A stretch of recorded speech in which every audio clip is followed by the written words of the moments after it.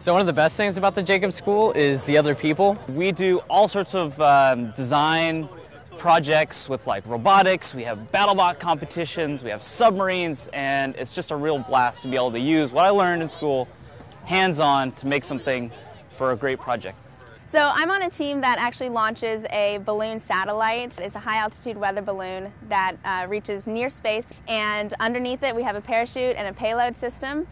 Each payload holds a certain experiment. It's just a beautiful campus. I like working for Dr. Engler because his door is always open, in that whenever we have questions, we can just go in and ask him. So we get a lot of one-on-one training with him, and because of that, I feel like I've learned a lot from this experience in terms of how to think like a researcher. I'm on a team of undergraduate students who are working closely with NASA's computer scientists to redesign their entire search site for the images returned from Mars so that the scientists can use these images to further their knowledge of Mars, and also for the general public so that they can see these awesome pictures.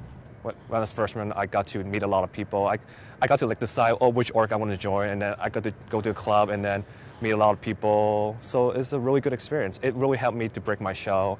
I like the ties to industry. One of the things that really caught my eye was the team internship program, which I did freshman year, and it was a great experience.